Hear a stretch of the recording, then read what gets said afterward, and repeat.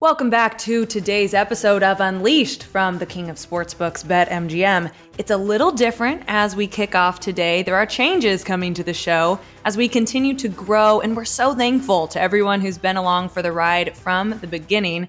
And to our new listeners, we have some big names joining us to tell their stories, share their insight and access. But for the next 2 weeks, I get to bring my favorite two men on the show.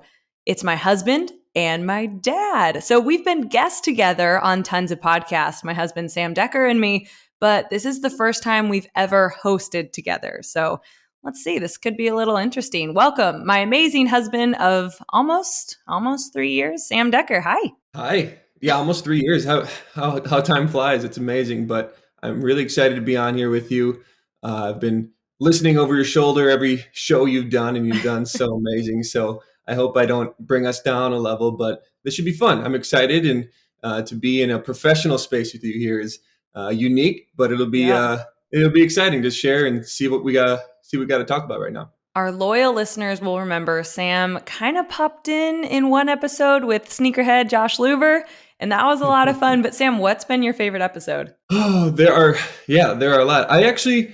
I liked the hockey one actually, just because of the stories, and I want to get a little better with hockey. I feel like I'm good with most sports, but hockey is just one that I'm not 100% equipped on. So just listening to some stories and the background and the University of Michigan stories reminded me so much of my playing days at Wisconsin and in the Big Ten. So I just thought that was a very fun episode, and enlightened me a little bit on the world of hockey. And I've actually watched a little bit of it here in the playoffs, and it looks like so much fun. So I got to get a little better with that. Yeah, Marty Turco was very good on that. That was an interesting episode. I love that one. So you mentioned you went to Wisconsin. Let's do a quick bio. I feel like I talk about you a lot on this show. It's actually kind of embarrassing. But for those who don't know, let me tell you who my husband is. He's a professional basketball player going into his 7th season next fall. I can't believe how quickly that happened. And his career started at University of Wisconsin, went to back-to-back Final Fours, played in a national championship, drafted 18th overall in the 2015 NBA draft by the Houston Rockets, played 2 seasons there where we met, actually. That's another side story. And then a season with the Clippers, Cavaliers, Washington Wizards, then overseas to Russia, and then this past season in Turkey, which we absolutely loved, but I love even more that Sam's back. He's a Sheboygan, Wisconsin native, a fanatic for all Wisconsin sports, an amazing husky dad to our beautiful dog Riggins, and a bourbon connoisseur. Sam, of everything I just listed, what is the topic that brings you the most joy?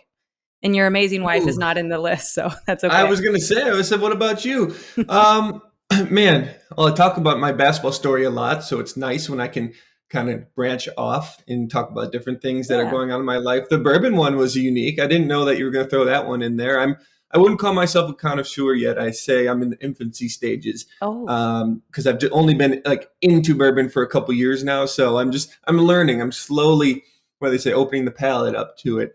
Also, the husky dad thing's kind of nice because our boy Riggins, there's nothing like a man's best friend. So that's a fun one to talk about too. But I feel like I'm an open book.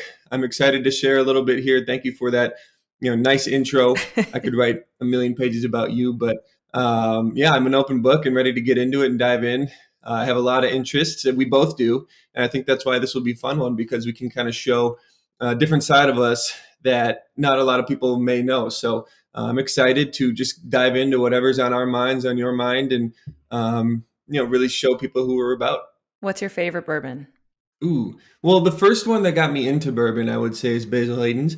So that's kind of got to stay up there. But there's different ones for different occasions. I'm actually trying some new Kansas City ones. Trying all sorts of different bourbons that I see. It doesn't always have to be bourbon. I like any whiskey. So I'm trying my best. And, have standards, Sam. Don't just say the blanket. I'll just drink anything dark. Like, what are you saying?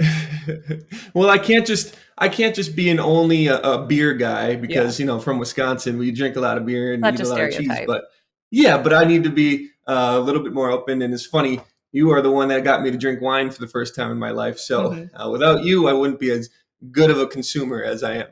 Okay, quick funny story. When we started dating, I had done an interview article, I think that was with GQ, and you read it and it said, like, what's your go-to drink? And I said, a Cabernet Sauvignon. My friends joke, that's my blood type. And Sam was doing his research before we first met, and he stocked up. He had no idea what he was buying. I just thought that story was so cute. And I was so impressed. I was like, look at this guy with some nice bottles of red. And you have to do your research before you meet somebody. So Yeah. I knew if I ever got you to come over for a glass of wine or whatever, that I would actually be stocked. So I was a little nervous, didn't know what I was buying, didn't even know how to say Cabernet. So I'm a little better now, and thankful to you because you love your red wine, and I've been trying wines from all over the world. So I never thought I'd be doing that, and here we are, years into our relationship now, and I'm getting a little better each day. Yeah, you invited me over and I haven't left. So let's get back out of the mushy stuff and into sports. It's in the thick of the NBA playoffs right now. You and I have had some fun watching some games. We thought we'd break down all the action before we look ahead later in the show about some good value bets with BetMGM's Peter Andrew. So, Sam, how about I got the East? You start with the West. What do people need to know? Yeah, so for the West, we have 3 series tied 2-2, which is incredible to watch, and that's what we want as fans. The Utah-Memphis series, now 3-1, going to wrap up. I see Utah's veteran leadership and Memphis being young. They'll get there, but right now, I just don't see it happening for them. But the 3 series I really want to touch on is Phoenix, LA, Denver, Portland, and the Clippers and Mavericks. All 3 of these series they could go either way. Teams have won on the road, teams have defended home court. So we don't know what we're going to see here, which is the beauty of playoff basketball. What I love to watch is how teams are responding to each other. And the Suns-Lakers series is such good basketball, such good television to me. Mm-hmm. Phoenix is throwing punches, and that is what you love to see, especially as a player. I kind of see the Lakers on the defensive here, and these are the big bad Lakers. These are the finals champions of last year, and Phoenix has these young guys, and then led by Chris Paul, like the ultimate veteran. That they're just kind of kicking in the teeth, kicking in the doors, and the Lakers are trying new lineups. They're trying new guys, new veterans, and I can kind of see them on a retreat here, and they're going back to Phoenix. These last 3 games are going to really, really boil down to who can be tougher, who can find these lineups that work, and as a player, I kind of see the Lakers a little scared here. Maybe I'll eat my words, but I think Phoenix is in good shape, especially taking one at Staples. That is huge for them. And like I said, when you're led by a guy like Chris Paul, everyone is going to be feeling a little better. Yeah, when you say the Lakers are looking scared, what's that look like as a player? What makes you tip off on that? The kind of the shell-shocked look, kind of wide-eyed, like even guys like LeBron, who's either 1 or 2 all-time best players to play basketball. You can tell he's almost like, man, like these guys they just keep coming. The Lakers will score, and the Phoenix will get the ball out of the net and just push it. And that is the response that you need to have if you're the Suns. You need to, no matter what happens, keep pushing it, keep pushing it, keep pushing it. And they're dictating the pace, they're dictating the physicality. And, in the playoffs, it's not always who's most talented. It's who's toughest, the grittiest. And the Suns are really showing that to me. So it's been impressive to watch. And what about the other 2 series? Again, we're recording this Tuesday morning, so by Thursday we'll know some answers. But what are you seeing in some of those? Yeah, Denver, Portland, another one of those tight lock series at 2-2, and I see almost an old school way of basketball playing out in those series because you got some of these big guys. You got the Jokic's, who's probably going to be the MVP. You have Nurkic. These guys colliding, these big monsters of humans shooting mid-range jump shots. CJ McCollum, who was on the show, loves his mid-range game. Carmelo Anthony, king mid-range, king step back. It's one of these things that it's almost this old school 90s style of basketball that has been really fun to watch. It's kind of a throwback game. And then you have guys like Damian Lillard and Michael Porter Jr., who are as talented as people that we'll ever find, mixed in between making these ridiculous shots and these acrobatic layups. It's been a really fun series. Like I said, this kind of throwback style with this new school incorporated. So Denver, Portland, for those basketball purists, this is a fun series. And whoever comes out of this series, I think actually has a chance to take the West. I don't know. I think the West is more tight locked than the East. I think whoever wins this Denver-Portland series has a chance to win the West. I know that's a 3-6 matchup, but it's just these 2 teams have some depth and toughness to them. And like I said, this could be my prediction. I could be the only one predicting this, but I think the winner of this series has a chance to win the West. And then in LA, in Dallas, it's been the ultimate flip-flop series. Yeah. Dallas kills the Clippers both games in LA, and then turn around, Clippers take both in Dallas, and this doesn't bode well for the Mavericks. They're led by Luka and Kristaps and Tim Hardaway Jr., but the Clippers, they got some dogs. And when you have Kawhi Leonard and Paul George leading the ship here, this is trouble zone for the Mavericks, because when a team like the Clippers, who people think were soft or backed down last year, they responded to 2 losses at home and go into Dallas, a tough place to win, and snatch it from them. And Kawhi, who just looks like a robot out there doing whatever he wants, when he's playing at this level, and Paul George as well, they are a force to be reckoned with. So they are dangerous. If they wrap this series up, that's another team that could make a push here. And they've been impressive winning these 2 games. I'm excited to see what happens to finish this one out. Okay, that was really good. Again, I always say to you that I think you have a great future in being an analyst if you want to hop on the mic and get in the family business. Okay, but now I'm going to break down the East, right? So I want to start with Nets Celtics. Remember, the Celtics had to win their play-in game to face number 2 Brooklyn, and they're currently up in the series 3-1. They play tonight, Tuesday night, so we'll know by Thursday.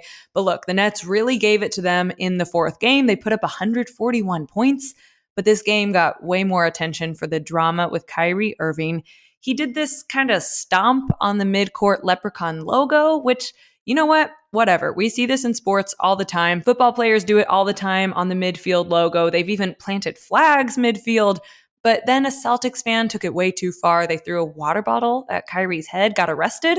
It was a whole deal. So it's not good for the narrative of Boston sports fans.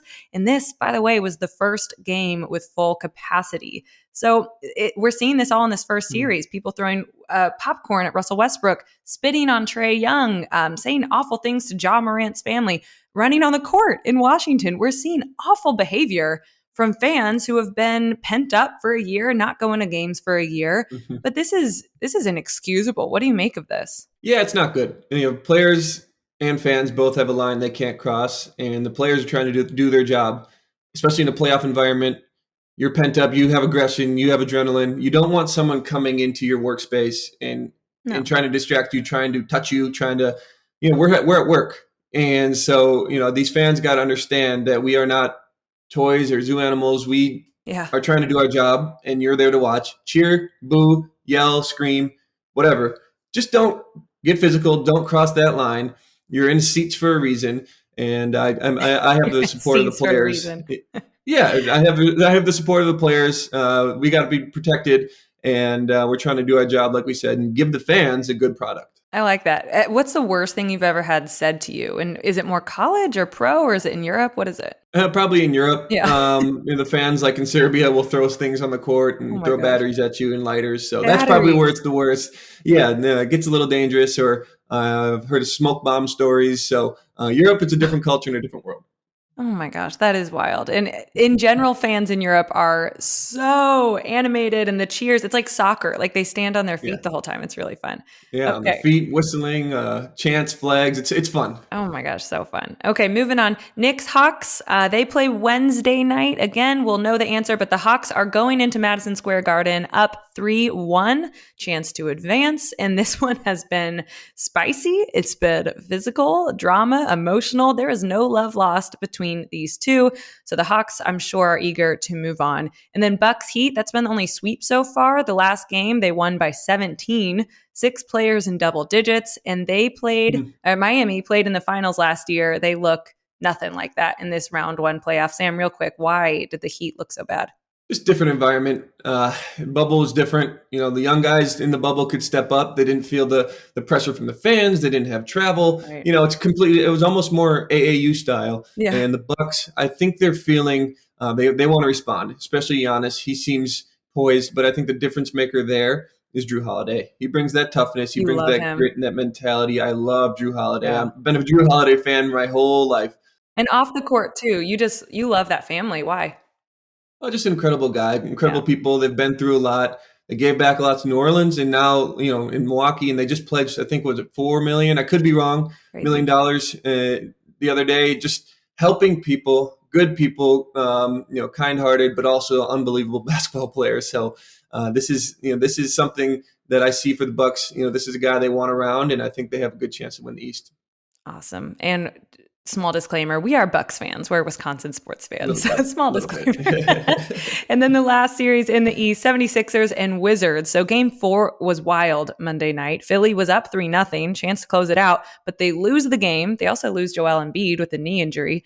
And that was when a Wizards fan ran on the court. But look, they avoid a sweep. Philly is up 3-1. So it's exciting to see if the Wizards can pull that one out. Sam, great job. Thank you. I'm doing my best. Like you said, this could be could be in the future. Try to keep it in the family. So as a player, this is fun. And it comes natural talking hoops. Just got to make it a little more eloquent. So I appreciate you giving me the chance to do this. Well, I love putting you to work, whether it's taking out the trash or helping me out here. So our next segment will be a breakdown of how to go to a game or watch a game as a couple. It'll be good.